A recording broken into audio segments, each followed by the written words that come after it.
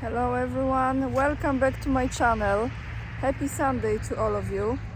If you're wondering where I am today, in Szczecin, my hometown, this beautiful area is called Wały Chrobrego, and as I will be walking you will be seeing a little bit more of this place. However, I've shown you this place in one of my first videos that I was overcoming my discomfort of recording in public. So if you scroll down many videos ago, you could see this very cool area. As you know, Szczecin used to be called Stettin. It was a German town, and this was built during the time when this was not a Polish city. And it's a great area. If you ever come to Szczecin, I recommend you to come over here. Has restaurants on both sides, beautiful places to sit down, have a coffee. And today I want to start, guys, with important information, because the scammers that YouTube of course doesn't take care of are back in action. They were MIA for some time, now they are back. If you see any account that is using the name of my YouTube channel, the name of my profile, including the picture, however, there's a little twist to it, because the name through the eyes off and then you have some numbers. They create those fake accounts. Please be cautious. Don't give into any WhatsApp numbers, any personal informations. Protect yourself from those scammers. Just use your common sense. I will never contact any one of you. I will never give any personal information, no phone number, and I will not ask any one of you to participate in some financial projects. So, this is important info, and I will have two topics today. Of course, both are related to Ukraine and to Russia, and one to Poland as well, because there is a Polish political analyst who's spoken to Belarusian TV station, I believe. He gave an interview and he expressed his opinion about Ukraine and Zelensky. Just to give you a little bit idea how this place looks like. Let me pass those girls. They are recording some TikTok videos probably here. The first topic is what Medvedev said very recently, yesterday, on TASS. This question appears very often in many interviews, and I've asked this question many times.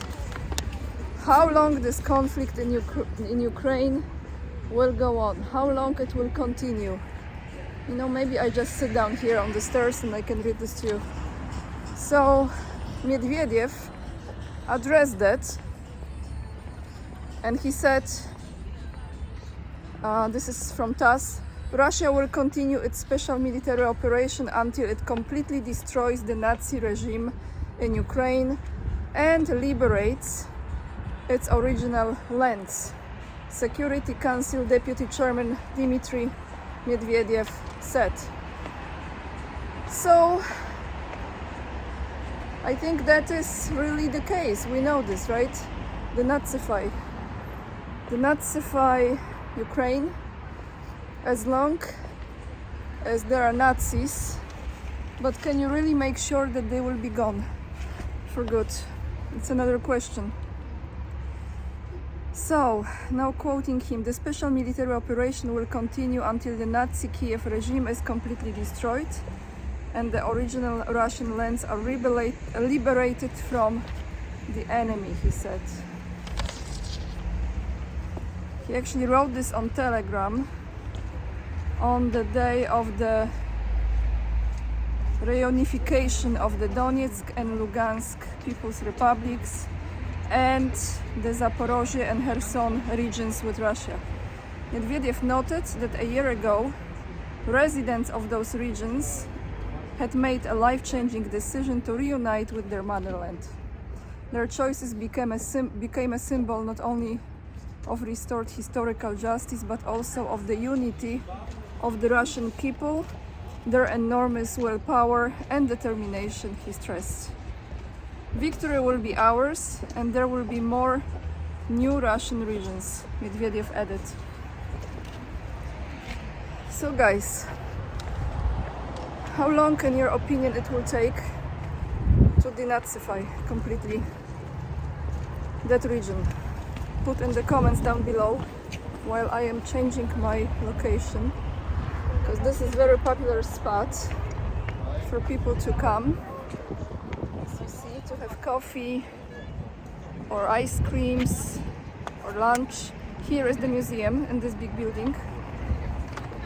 And what else I have? Okay, the second article is from Belta.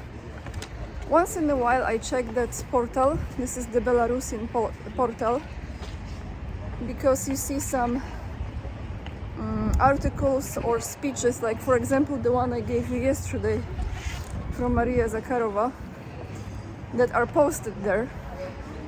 So again, the link you will find in the description box to that portal, to this article, and also to the one I just brought to you from TASS. There was a Polish political analyst. His name is Aleksander Jacek. I think that's his name. He was interviewed by Belarusian TV channel number 1, and he said those words: Ukraine is the poorest and most corrupt country in Europe. This is coming from a Polish person, so kudos. Ukraine is the poorest and the most corrupted country in Europe that stopped being a democracy a long time ago. Polish political expert, chairman of the Poland East Society, Aleksander Jacek, said on the air of the Belarus 1 TV channel. And he expressed his opinion on what is behind the trade war between Poland and Ukraine. I'm inclined to think that this is to some extent a United States game. This is for sure, not to some extent. This is to full extent a US game. He continues: Zelensky in principle represents the poorest and most corrupt country in Europe, in which there has been no democracy for a long time. He came to power promising peace. Instead, Ukraine got its cities destroyed, hundreds of thousands of people killed. Before I continue with the words of this Polish political analyst, I want to show you this tree. It is very, very old oak tree, is it? Yes, and the branches are so low here. It's a beautiful tree. They had to put the warning for people to pay attention. If someone is on the cell phone and they are just keep on walking, good luck. I love this tree. We're gonna sit here.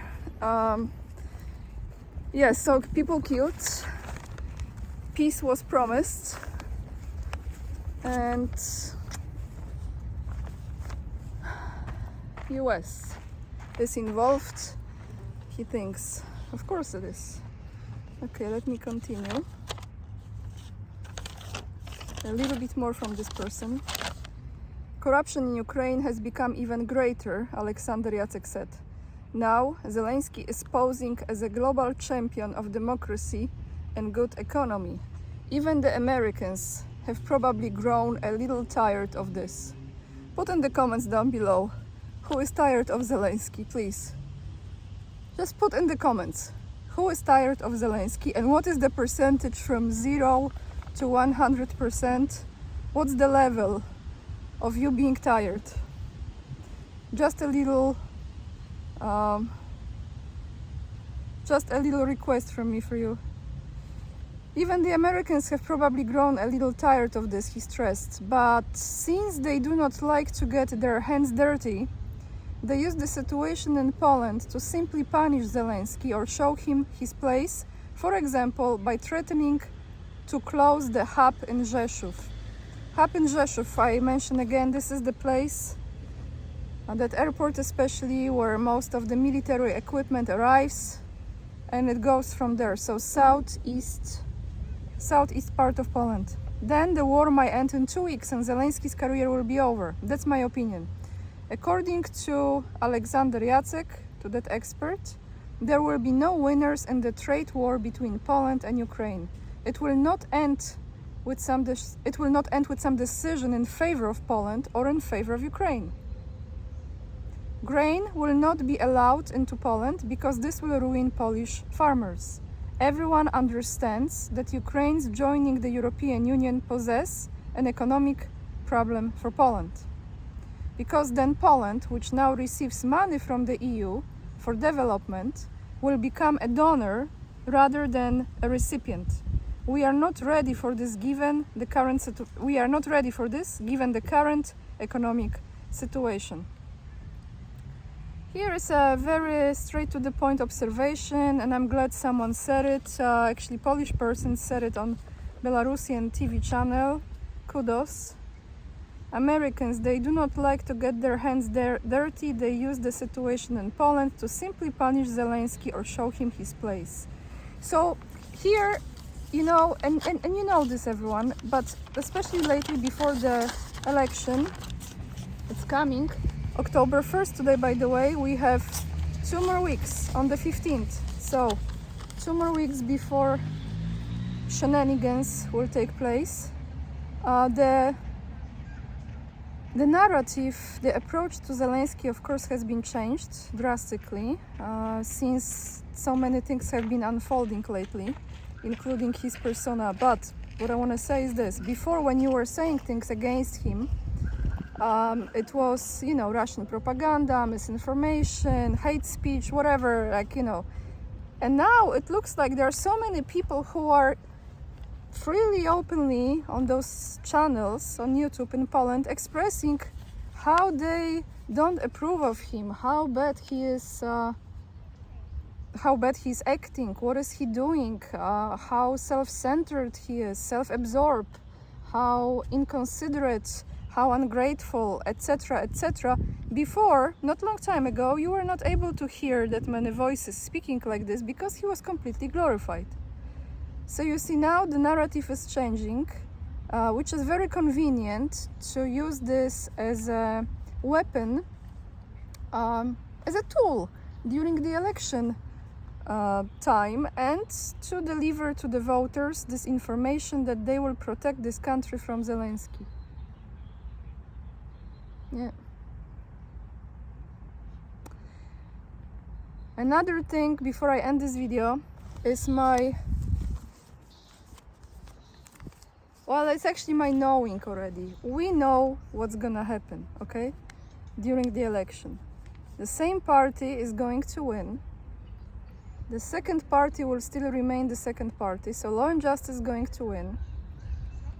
Or it will be as they usually do when they fake those elections, because as I am aware, we don't use the same machines here in Poland as in United States. So the domino will fall in a little bit different way.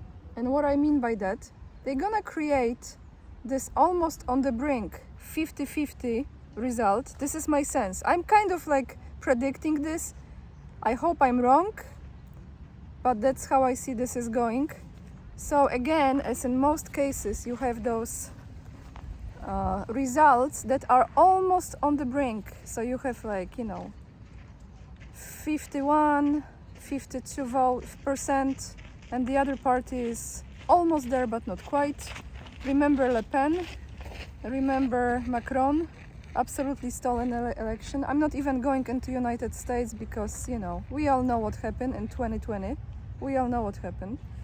We also know why Szmowitz took place. Those of you who don't know, I think you're coming to understanding now. It's about time, 3 years later. And I think Poland will replay the same scenario, just maybe through different systems. However, what I am focusing on here is for the movement that I support, Ruch Dobrobytu i Pokoju, for peace and prosperity, the grassroots movement from Polish people, from citizens of Poland who want to take power back into their hands and change this mess that has been deliberately created. As long, in my opinion, I'm not an expert, but it's my sense, if they get into the parliament, and they already have some saying, if they get into the parliament with certain number of people, they have some saying. However, I feel, as always, not only the election is already set in stone, it's just the question what percentage it will be as a final result of that. I don't want you to be discouraged to go to vote, because you still want people to get into the parliament. Once they are there, their votes matter. Any law, any new regulations, they have to be approved. This is how I'm seeing this. However, I will be talking to some guests and asking more questions about it, about the system in Poland. But this is the video for today, everyone. I hope you have a wonderful Sunday. Behind me you see the statue. I don't know if you can see it. You can, if you're on the phone, you can zoom it. It's the statue of, right there, of one of the greatest poets Poland had, Adam Mickiewicz. And this is a very beautiful area. If you ever come to my hometown, Szczecin, I hope you enjoy it and wish you lots of love. And remember, we are the leading edge and we are saving humanity. All the links to find me, to support my work, down below this video. Bye everyone, see you tomorrow.